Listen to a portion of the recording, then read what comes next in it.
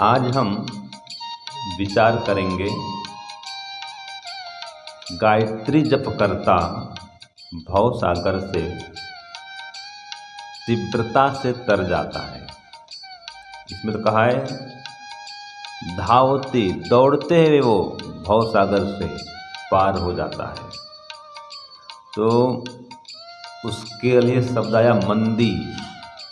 मंदी माने जो ईश्वर के जप ध्यान में मग्न होकर के आनंद का पान करता है, तो वो गायत्री जप करता, ओम जप करता, ईश्वर का भजन करता। तो जो व्यक्ति ईश्वर का ध्यान करता है, भजन करता है, गायत्री जप करता है, वो भव सागर से शीघ्रता से पार हो जाता है। इसलिए हम श्रद्धापूर्वक भक्ति भाव से ईश्वर का ध्यान करें, जप करें, गायत्री मंत्र का गान करें। और एक बात, समय बहुत जल्दी ही निकल रहा है। लोग कहते हैं टाइम पास नहीं हो रहा है। ये शब्द होते हैं लोगों के, टाइम पास नहीं हो रहा है। टाइम पास क्या नहीं हो रहा है, हमको ही टाइम पास कर दे रहा है कि नहीं।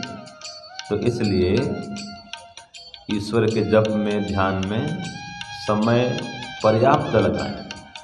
और अगर अभी से ध्यान जप नहीं कर पाएंगे तो बाद में नहीं हो सकता है।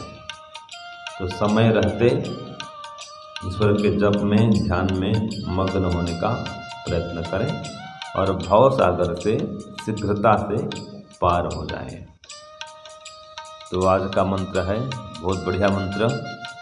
एक बार मैं कहूँगा, एक बार आप कहेंगे।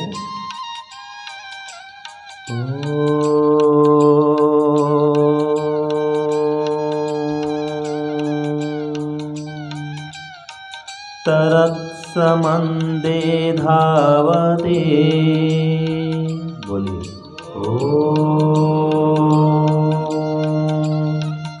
तरत्समन्दे धावते धारासुतस्यान्धसः,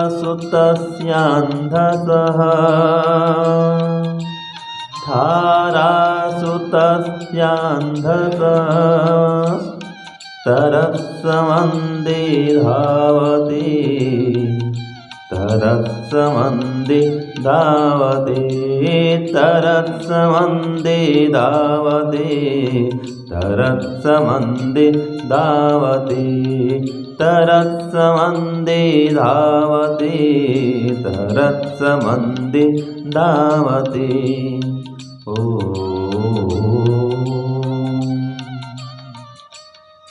तो इसमें दो बार तो आ गया है, तरत्समन्दे धावति, तरत्समन्दे धावति। अब देखिए बीच में एक ही शब्द याद करने का है, धारा सुतस्य अंधसः। इतनी याद करने बस। याद क्या करना है, धारा सुतस्य अंधसः। बाकी तो आगे पीछे वही है, तरत्समन्दे धावति, तरत्समन्दे धावति। याद हो गया?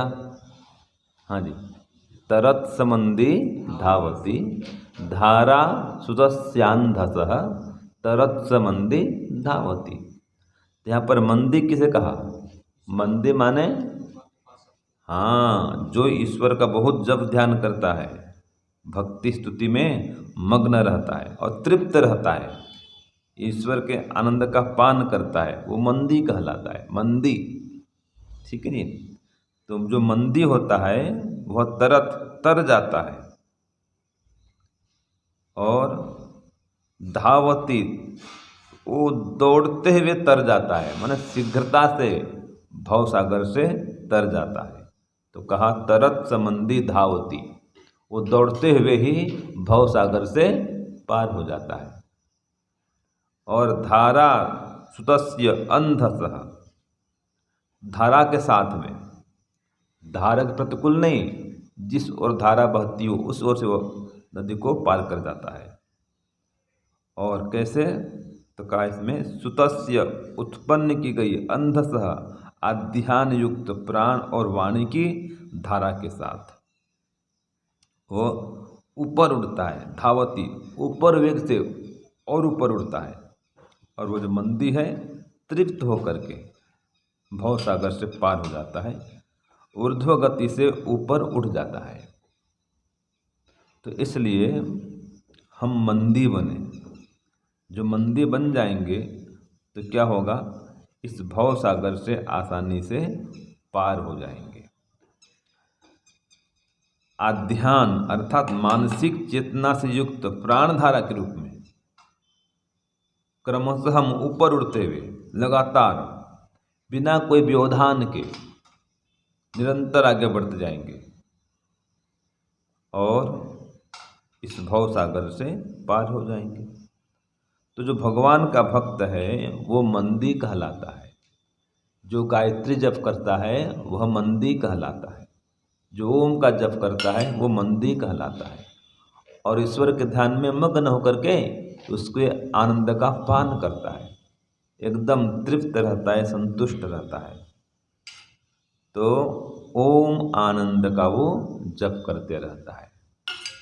ओम आनंद के जप करते करते उसके आनंद का पान भी करता है और उसके ध्यान में मग्न होकर के औरों को भी ध्यान कराता है। तो परमपिता परमात्मा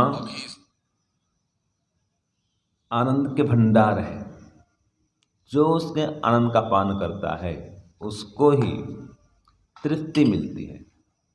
तो जो व्यक्ति गायत्री जप करता है, ओम का जप करता है, वो ईश्वर के आनंद में मग्न होता है, मंदी कहलाता है और तृप्त रहता है, संसार से ऊपर उठा होता है। जैसे एक मदारी है या जादूगर है, दिखाता है तमाशा, खेल करता है।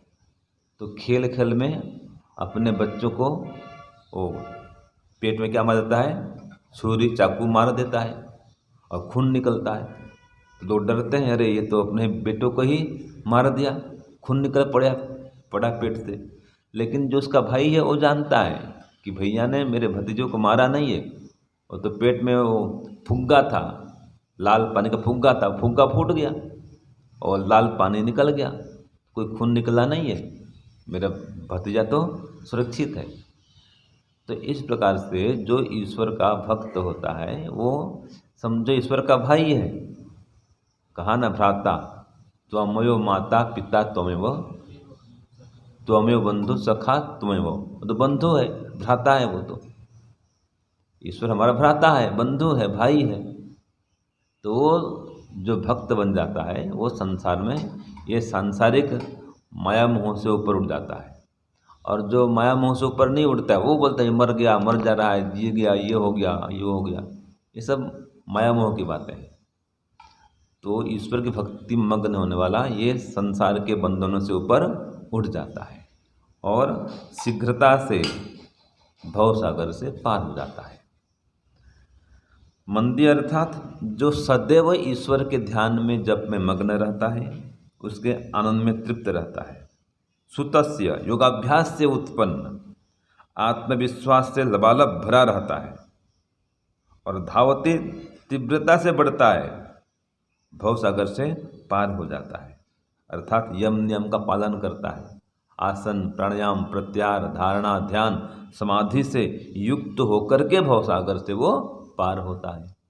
तो इसलिए हम भी ईश्वर की भक्ति करें, गायत्री का जप करें, ओम का जप करें और ये संसार के सुख से ऊपर उठते हुए मोक्ष के आनंद का पान करें, जीवन को सफल करें, सार्थक करें, महान करें।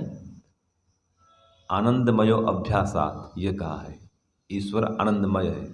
आज का सूत्र लिख लीजिए, आनंदमयो अभ्यासात। ईश्वर आनंदमय है। जो उसका लगातार जप करता है, ध्यान करता है, वो उसके आनंद में मग्न हो जाता है। तो मंत्र वही कहता है, वो मंदी बन जाता है, ईश्वर के आनंद में मग्न रहता है और भवसागर से पार हो जाता है।